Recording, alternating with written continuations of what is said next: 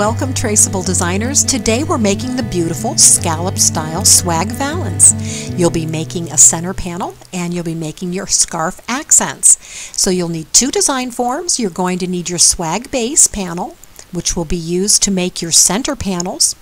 And then you'll need your scarf accent design form as well for making your scarves. Okay, let's start by sizing our fabric. You'll position your sizing line on the folded fabric edge to make sure you have plenty of excess fabric around the edges. So you'll need to make sure you have an edge around the upper and the outside edge. And then you just cut your fabric to size. Pull out your fusible fabric backing. You're going to size that to fit behind the design form. So just position that on the lined fabric positioning marker, making sure that it's long enough to cover below the design form. Using a dry iron without steam, just use a sweeping motion from the center out, making sure that that paper stays straight. That is going to be where you're attaching your lining. So just use a sweeping motion and get that completely secured so that you can peel off the paper. Then once that has cooled, peel back the paper, trying to keep that in one large piece because you're going to use that on your ironing board when you attach your trim to the edges. So just put that aside. Okay, let's add our lining. Cut a piece of lining that's straight across the top. Make sure that section up there is straight so you cover all the glue. You can see the shiny glue from behind. So make sure that's completely covered, and then make sure that your lining does extend past all the edges. You need that glue 100% covered.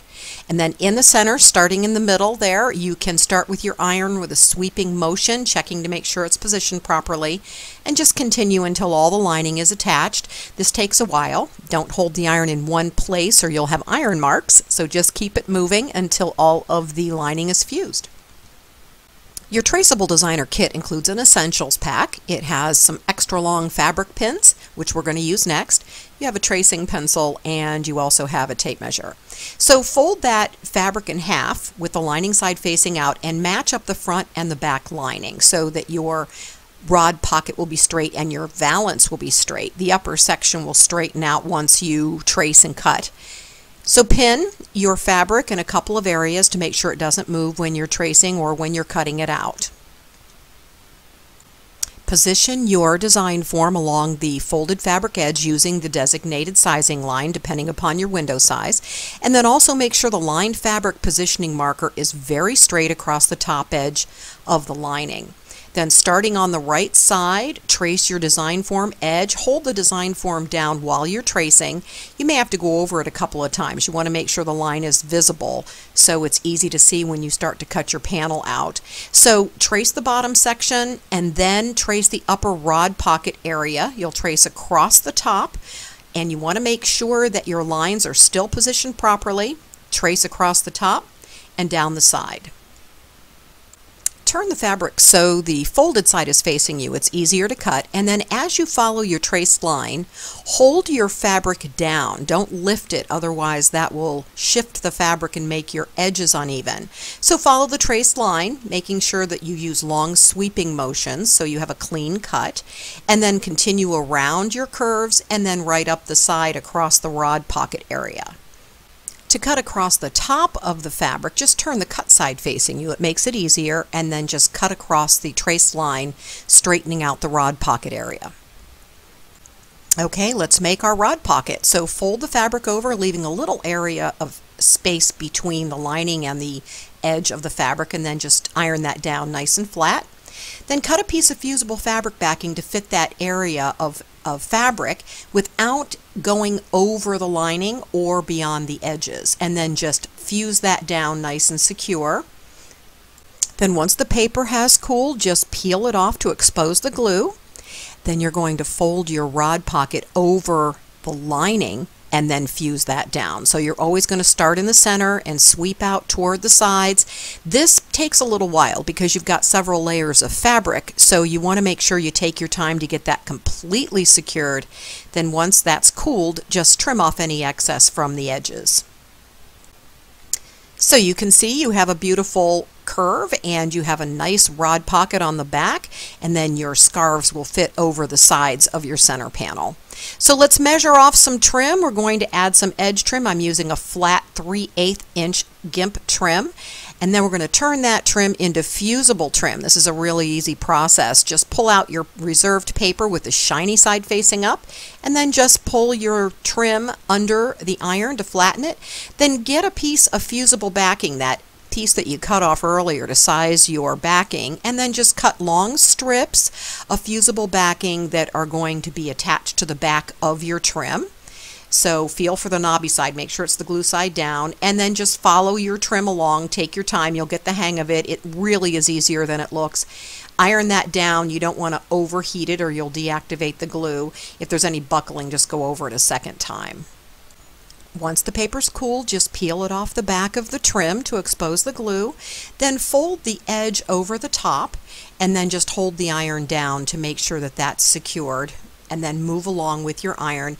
This process is lengthy. It will take you probably 5 or 10 minutes to put the trim on the panel, but it is a very easy way to do it. You can reposition as you go along. If it moves a little bit or you don't like the positioning, just keep, while it's warm, just move it. Be careful not to burn your fingers. Let it cool a little bit. And then it'll start to change direction. The GIMP trim is braided, so it will move with the heat and with the glue. So then it makes a nice curve around the panel. You will need to go over it a few times and just keep going back and forth until it starts to cool, and then it will secure.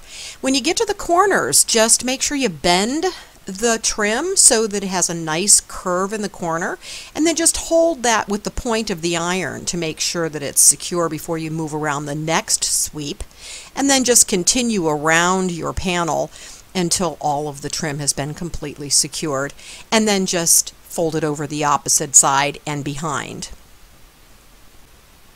Okay, let's make a valance scarf. You can make a variety of styles using double fabric, fringe, trim, whatever looks nice with your valance. We're going to make the straight style with edge trim and gems. So pull out your design form. It's double-sided, and go ahead and put that aside. Then you're going to size your fabric. I'm making an 8-inch scarf, so I'm going to measure off from the fold over 8.5 inches, giving me a 1/2-inch seam on the side. Then just follow the marks to cut off the excess from the edge, making that nice and straight. Then pull out your fusible fabric backing again and cut a 1/2-inch strip of backing to fit across the length of your scarf, and then just attach that to the front side or the right side of your fabric. And then once that is fully cooled, peel that back, exposing the glue. Then we're going to fold the right sides of our scarf together and then fuse that down. What we're doing is we're making a very solid seam, so when we turn it inside out, it holds. So then cut a second 1/2-inch piece of fusible backing and then attach that to the back side on the same cut side of your fabric. Fuse that down nice and secure, and again, when that has cooled, just peel that back, exposing the glue. Now we're going to fold this over to make sure that's solid. We don't want that to come apart when we turn our scarf right side out. So iron that down and get that really secure, and make sure it's very cool before you move on. Then you're going to cut 2 pieces of fusible fabric backing to fit each design end. You want to make sure it doesn't extend past the fabric, but it's going to need to be 8 or 10 inches depending upon how deep your design end will be. So you'll fuse that down on both sides. Then it's very important to let this cool completely before you reverse your panel. You don't want that to stick together, and it will if the glue is still wet. By the way, this is the same way you do a table runner. So when you're turning this inside out, you want to make sure you're pulling and gathering from the side that does not have the fusible backing. That will be on the back side. It just makes it easier, and that really needs to be cool before you turn it inside out. So take your time. It's a little bit of a struggle, but you will get it, and then just pull that through. And then make sure that when you're ironing this down to fuse together your panel, your edges are nice and straight, so check those. So you're going to want to start in the middle once that's flattened out. You just sweep out toward the edges, and you're going to fuse down your design ends. Those need to be completely glued together before you can proceed. Then fold your fabric section in half, and we're going to position the design end along each side, and you want to make sure that you're positioning the dots or the dotted side of the design form on the cut or open side of your fabric to trace your design in. So position that even with the outside edge, making sure that you are covering the glued or fused section, and then just trace across each design end. So you'll flip your design form over to do the opposite side and then just repeat. Position that on the open edge and then just trace again your opposite side. Then just follow the traced line to cut off your design ends. Make sure that you cut on the inside so you remove any of the markings from your fabric. Then you can see that you have two completely fused edges. You can add trim or leave it plain. And then when it folds over, it'll go on front and back of your valance. I'm going to prepare some trim as we did before and then peel off the paper. Now, when you do fold your scarf over your rod, you're going to see two sides of it, the front and the back. It's not the same on both edges. So when you are attaching your trim, you want to make sure you check that to make sure you're putting it on the proper side. To attach your trim, you can fold it over the edges. You won't see the back side because it will be hanging over the rod. So you can just hide the edges behind the back if you'd like. I'm going to use gems though. You do have a packet of accent gems in your kit. I've selected the clear, and then I'm going to cut my trim nice and straight on the ends, and then that'll just be covered with a glue-on gem. So let's begin with positioning the trim right at the cut side, and then with a nice straight line I'm going to fuse that down and make sure the V is straight. You want to really check this and make sure that's straight. It makes a huge difference in how your scarf will turn out. And then just do a bend to make sure your V is straight and take a good look at that before you finish, and then fuse that down. Now remember, you're going to be flipping this scarf over to do the other side because it's on both sides when it folds over the rod.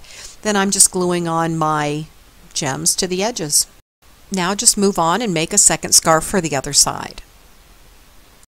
Okay, it's time to hang our beautiful new valance. So pull out your straight decorative curtain rod. You'll slip that rod right through the back of your rod pocket. You'll fold over your scarves on both sides and position them, and you're ready to hang your beautiful new valance. Thank you for joining me, Traceable Designers, and remember, you can always make your mark with Traceable Designer.